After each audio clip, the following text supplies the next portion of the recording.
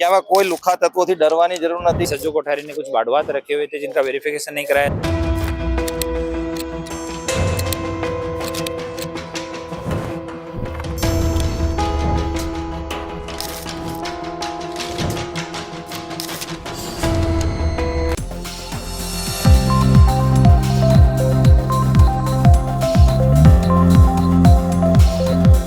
કાલે રાહુલ એપાર્ટમેન્ટ નામના આરોપીના ત્યાં બુલડોઝર ફરાવવામાં આવ્યું હતું। આજે લાલગેટ વિસ્તારમાં એક સમીર માંડવા નામનો જે આરોપી છે, એક કુખ્યાત આરોપી છે, તેના ત્યાં બુલડોઝર ફરાવવામાં આવ્યું છે। આપણે ડીસીપી સાહેબ જોડે વાત કરીશું। સર, આપ જાણો છો તેમ મહેરબાન ડીજીપી સાહેબની સૂચના દ્વારા અત્યારે જે ગુજરાતના અસામાજિક તત્વો છે એનું લિસ્ટ બનાવવામાં આવેલું છે અને આવા અસામાજિક જે તત્વો છે તેઓ દ્વારા જે ગેરકાયદેસર કન્સ્ટ્રક્શન કરેલું હોય અથવા ગેરકાયદેસર પ્રવૃત્તિઓ કરી હોય તો તેની પર ઊંડાણપૂર્વક અભ્યાસ કરવામાં આવી રહેલો છે।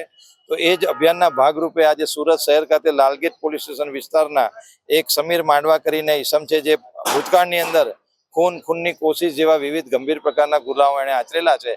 તો એનો અભ્યાસ કરતા જાણવા મળેલ હતું કે તેના દ્વારા એસએમસીના એક ઓપન પ્લોટની અંદર ગેરકાયદેસર રીતે કન્સ્ટ્રક્શન કરવામાં આવેલું છે।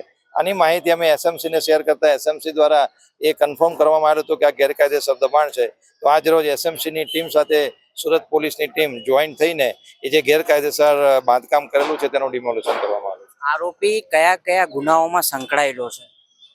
મેં કહ્યું એમ આરોપી ભૂતકાળમાં એણે મર્ડરના ગુનોમાં સંકળાયેલો છે, ખૂનની કોશિશમાં સંકળાયેલો છે, મારામારીમાં સંકળાયેલો છે, ખંડણી જેવા ગુનાઓ સંકળાયેલો છે। ટૂંકમાં એનો ભૂતકાળ જે જોતા એ ગંભીર પ્રકારના ગુના આચરતો હતો એવું અમારા ધ્યાનમાં છે। કેટલો સમયથી આરોપી પોતાનો દબદબો ધરાવે છે?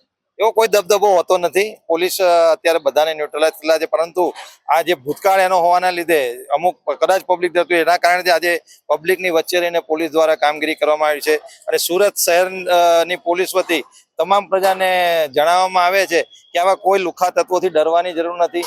તમને જ્યારે પણ કોઈ પણ જાતની અસામાજિક પ્રવૃત્તિ ધ્યાનમાં આવે તો નિશ્ચિતપણે પોલીસનો કોન્ટેક્ટ કરશો તો પોલીસ કડકમાં કડક હાથે કાર્યવાહી કરશે। કોઈ માણસનો આ દબદબો પોલીસ રહેવા દેવાની નથી।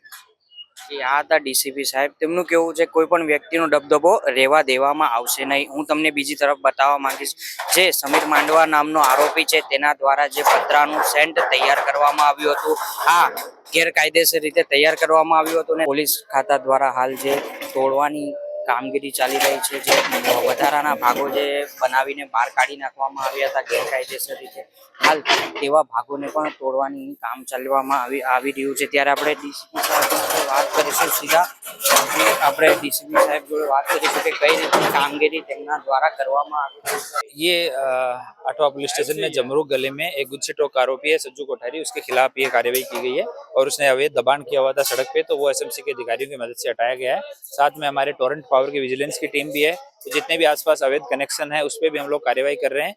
ये सज्जू कोठारी ने कुछ बाड़वात रखे हुए थे जिनका वेरिफिकेशन नहीं कराया था, उस पर भी हम लोग कार्रवाई कर रहे हैं। आरोपी कौन से गुनाहों में संडोवाए हैं? इस पे 2 गुच्छे टोक के गुना है और 7-8 से ज्यादा एफआईआर है इसके ऊपर।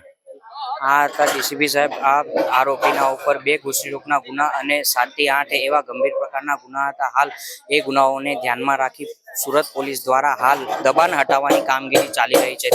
ધર્મેન્દ્ર રાણા સાથે હોટલાઇન ન્યૂઝ, સુરત। આવા પ્રકારના વિડીયો તમને જોવા ગમતા હોય તો હોટલાઇન ન્યૂઝ ચેનલને લાઇક, શેર અને સબસ્ક્રાઇબ કરો।